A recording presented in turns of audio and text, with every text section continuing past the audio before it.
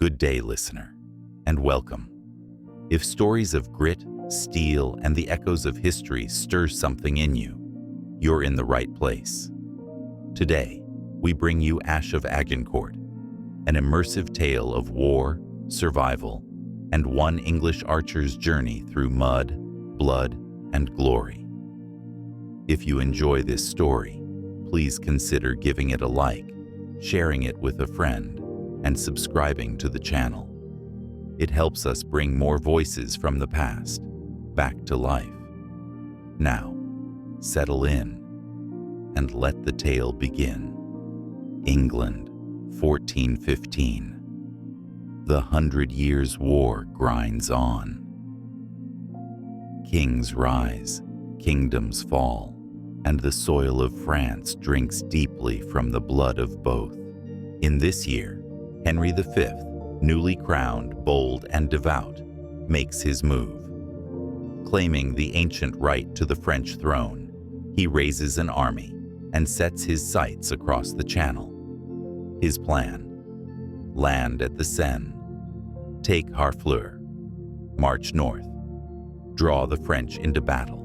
But what awaited him on that distant shore was not swift conquest, but mud, disease, and a battlefield that would become legend.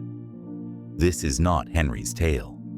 This is the story of one of his archers, a man of yew and iron and dead-eye aim. My name's Will Talbot, son of John Talbot, a Fletcher out of Hertfordshire. 30 summers behind me, a wife, a son, a bit of land, or I had them. When the call came from the Shire Reeve, backed by the Crown's writ, I put my mark on the roll. Archers weren't pressed like common levies, not usually. We were expected to serve when needed, by duty and by law.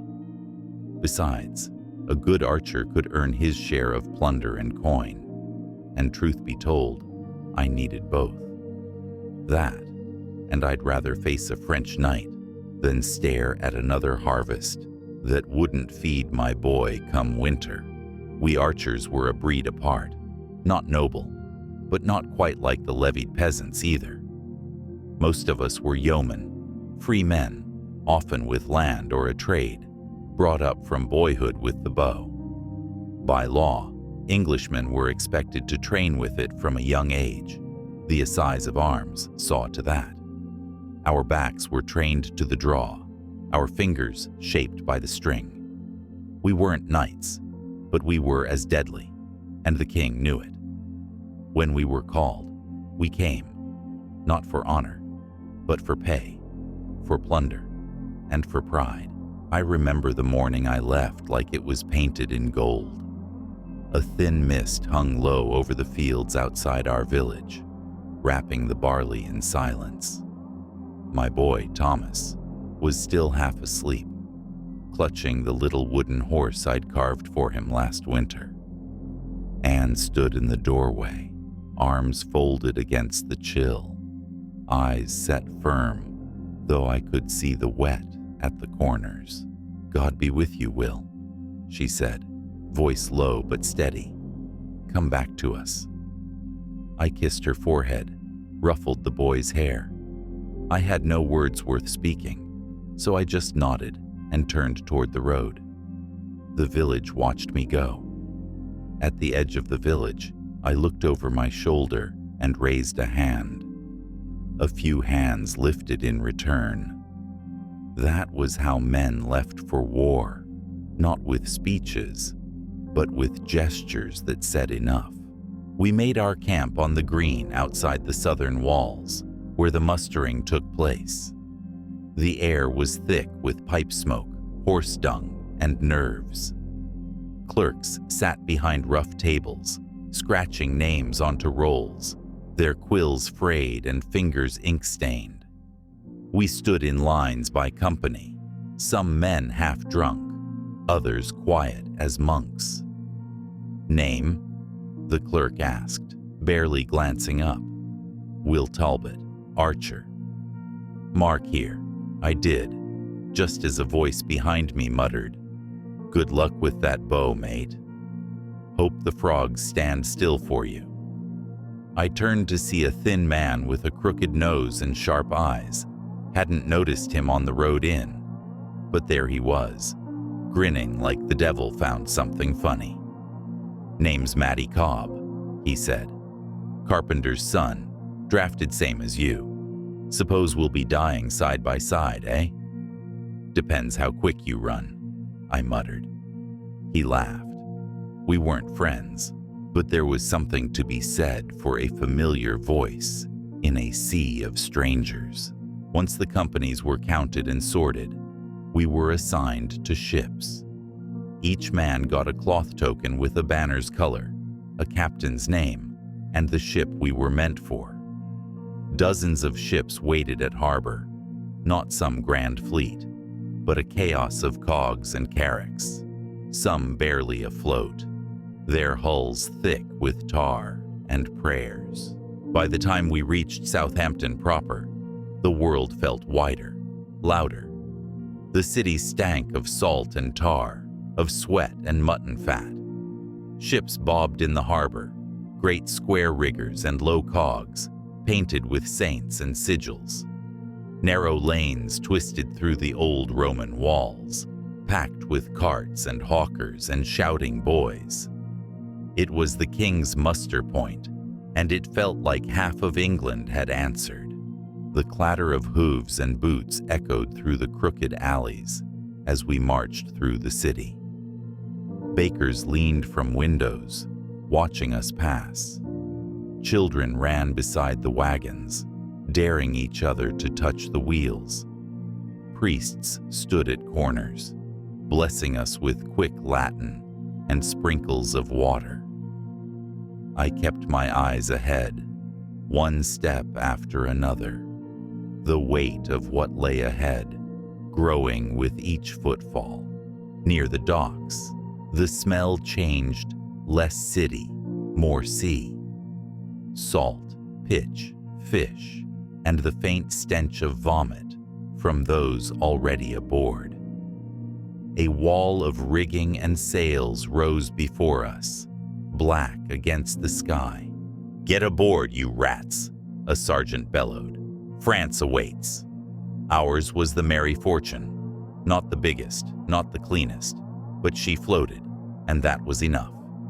We were told where to wait, when to board, and what to bring, which wasn't much. Armor, if you had it. Bow and arrows, if you were one of us. Bread and salt pork in a satchel, and hope that the voyage would be short.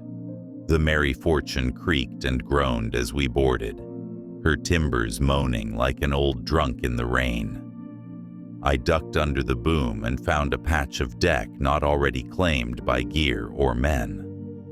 Matty flopped down beside me with a grin, already chewing on a strip of tough bacon. "First time at sea?" he asked. "Aye. You?" "Second. First time I just crossed the Thames, though, so I don't think it counts." He laughed at his own joke, and I managed a smile. The rest of the men shuffled aboard archers, men-at-arms, a few knights high on their own perfume. The captain, a square-shouldered brute with sea scars and a voice like gravel, barked orders from the quarterdeck. Ropes were cast off.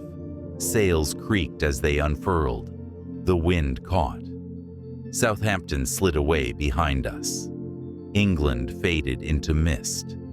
France waited. If you're enjoying the story so far, a like and subscribe go a long way.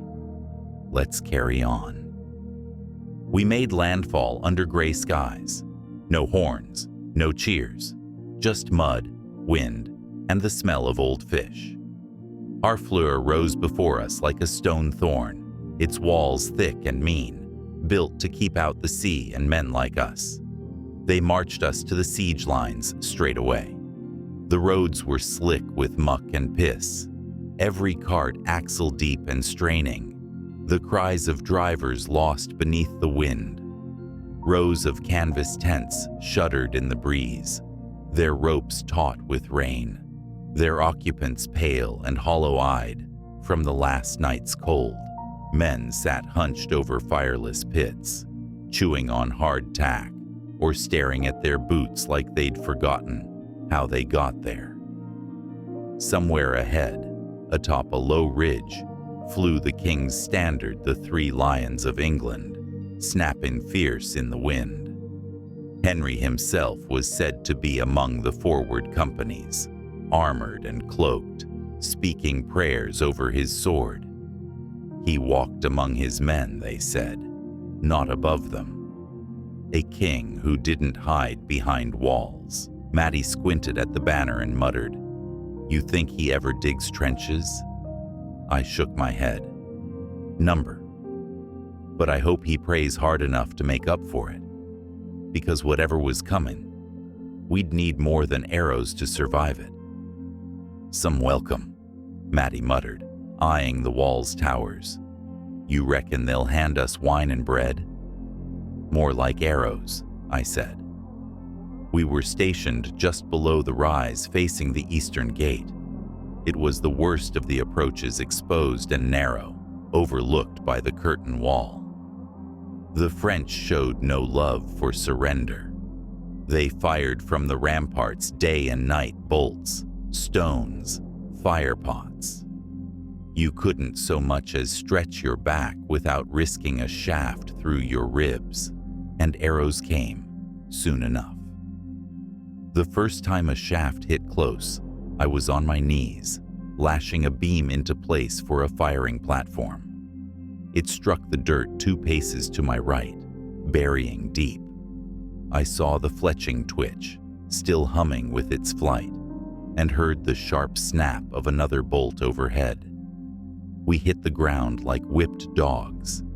The man next to me didn't get up, just lay there gurgling, with a crossbow bolt buried deep in his throat.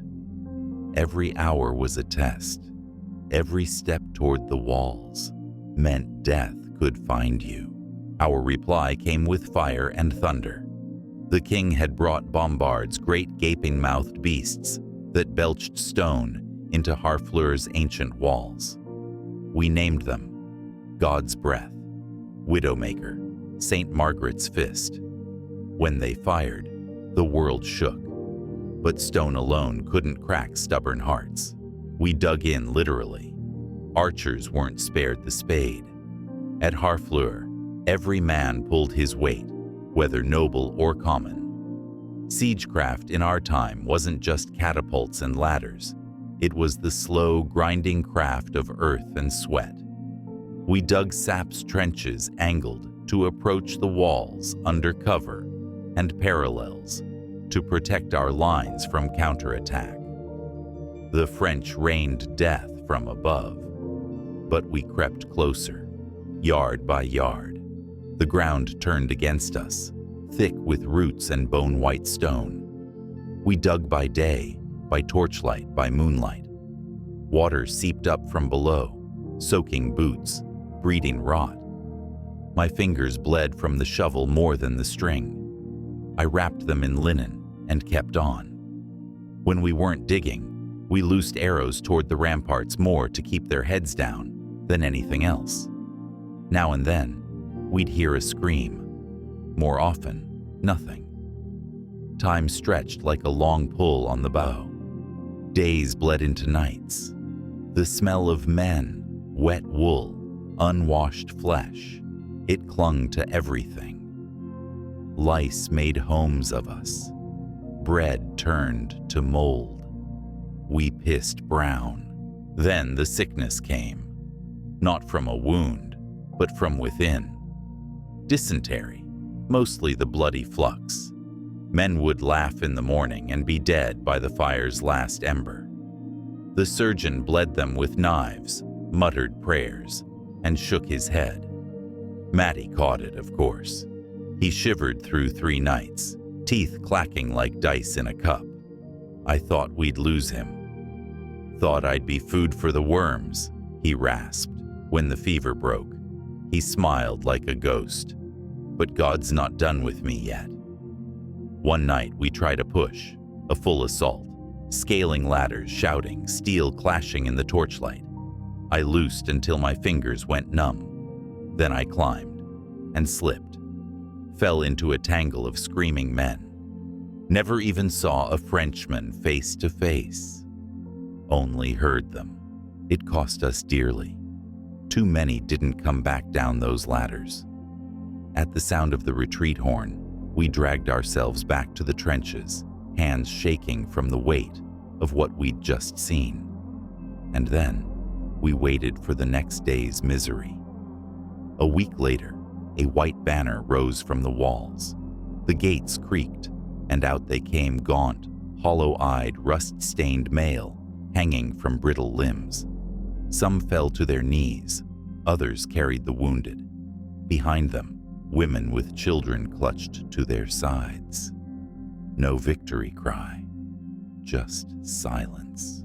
Harfleur had broken. Henry rode in. The bells rang dull. We stood aside and watched him pass. He didn't smile, just nodded to the men who'd lived through it. We were told we'd march north. Calais bound, they said. Just a show of force, to prove England still had teeth. But most of us knew the truth: we'd lost too many already. Of the army that had landed in August, nearly a third were gone by the fall of Harfleur. Disease, wounds, exhaustion. The ditches were full of them. The sick were left behind. What remained was a lean, weathered shadow of the host that had set sail. But orders were orders. The king meant to march, and we meant to follow. We packed what was left, shouldered bows and spears, and turned to the open road, boots squelching in the mire, hearts too tired for fear. The real trial was yet to come. The road from Harfleur was mud, misery, and miles. We marched east along the Seine, then north toward Calais. The land was sodden from weeks of rain. Our boots stuck with every step. Every mile seemed longer than the last. There were fewer of us now, far fewer, and what remained was a weary column of hollow-eyed men and limping beasts. Food ran low, then ran out. We boiled leather, chewed roots, gnawed whatever hard crust could be found in the corners of a pack. One morning, we found the butchered carcass of a mule roasting on a spit. Nobody asked where it had come from. The king rode at the front, stern and unyielding. He read prayers aloud in the morning, and we answered with hoarse voices. He gave silver to the sick and coin to the poor, or so they said. But he didn't turn back, never once. Does he mean to walk us all into hell? Matty muttered one dawn, wrapping rags around his feet, the leather soles long since worn through. If it wins us Calais, he might, I said, my breath misting in the sharp October air. There was no rest. Every bridge was watched, every ford guarded. Scouts came back white-faced, or not at all. The French were closing in, hemming us between the river and the woods. We crossed the Somme only by the skin of our teeth, at a ford said to be the same Edward III used before Crécy. Blanchetaque, they called it. The moment our boots hit the far bank, we knew we'd made it for now. But it was only a reprieve. We were fewer than 10,000. The French? Twice that, maybe more. Heavier armed, better fed. Their banners blazed on the hills, confident and bright. My bow felt heavier with each passing day.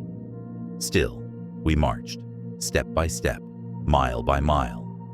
But the moment came inevitable as sunrise. On the morning of October 25th, 1415, we crested a low ridge, soaked and aching, and the hills broke to reveal them. A forest of spears and steel, lines upon lines of knights and men-at-arms, bright banners fluttering like flames. We had found them, or they had found us. We halted near the village of Agincourt, a little nothing of a place, barely more than scattered farms and muddy fields. But it would be the name carried forward, etched into memory, not for its size, but for what happened next. It was still early, the kind of morning where the mist lays thick and heavy, curling low to the ground.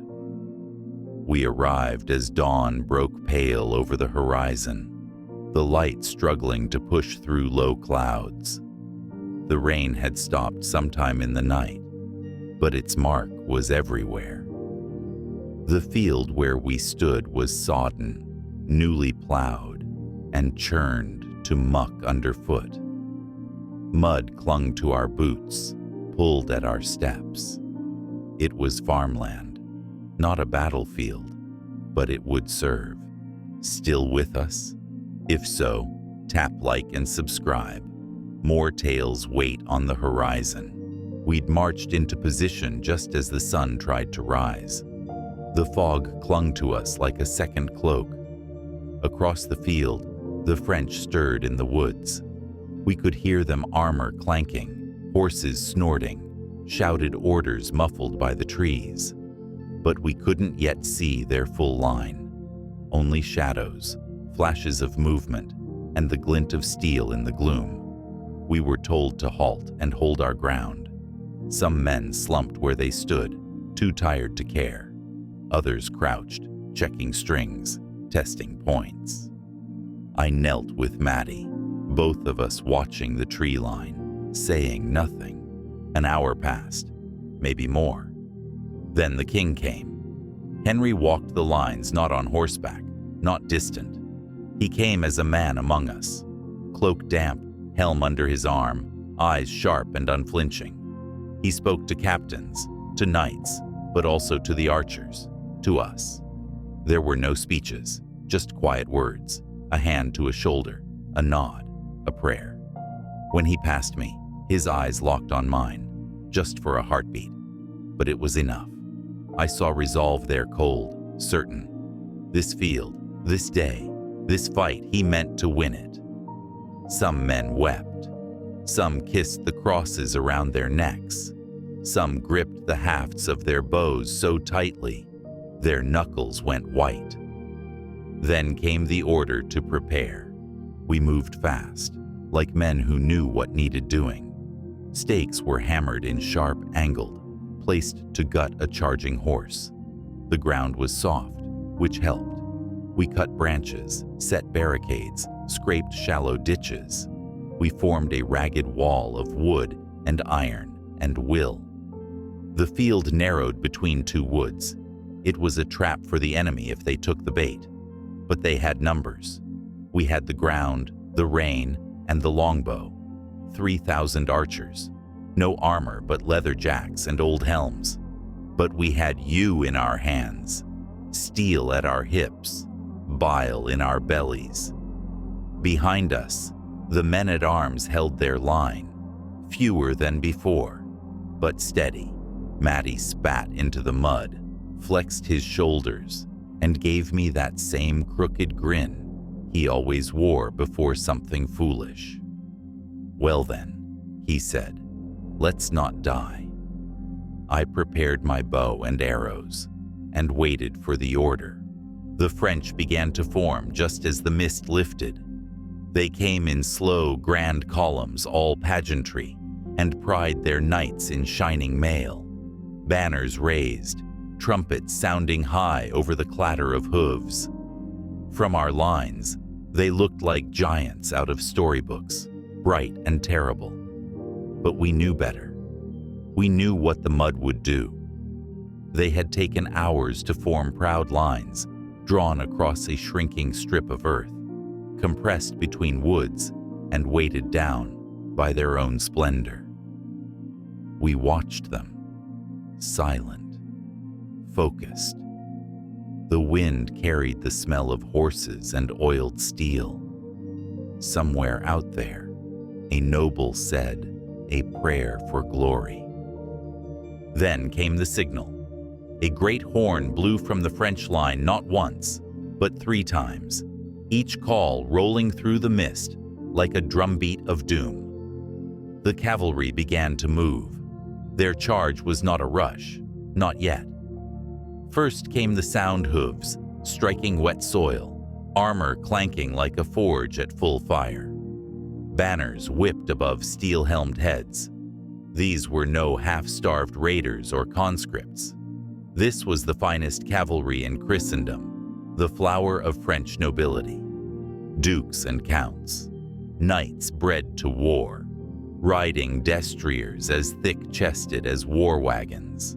Yet the battlefield itself fought against them. Hemmed in by dense woodland on either side, the French knights were forced into a narrow corridor, their famed charge compressed and cramped.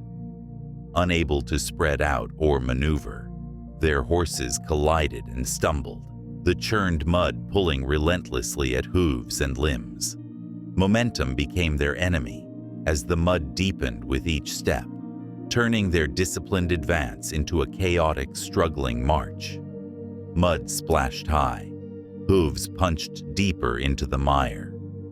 Still, on they came, driven not by strategy now, but sheer stubborn pride and the weight of their chivalric honor.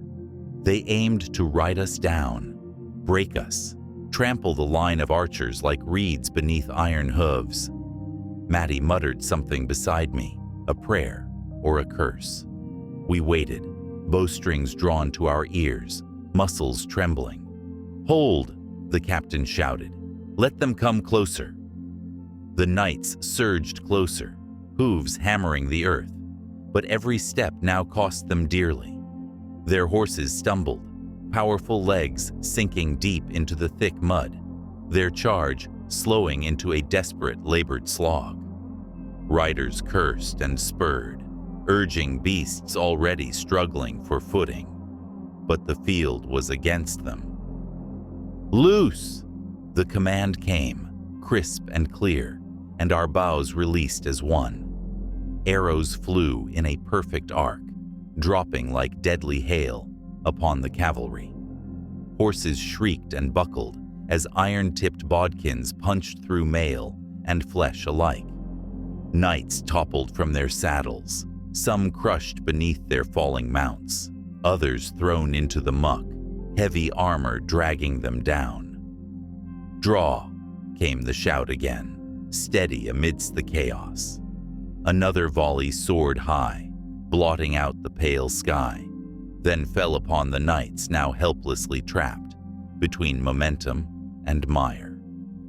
Those still mounted pressed forward in defiance, but each step was paid for in blood. Their proud banners fell, soaked and trampled beneath hoof and boot. "Loose!" Again we fired.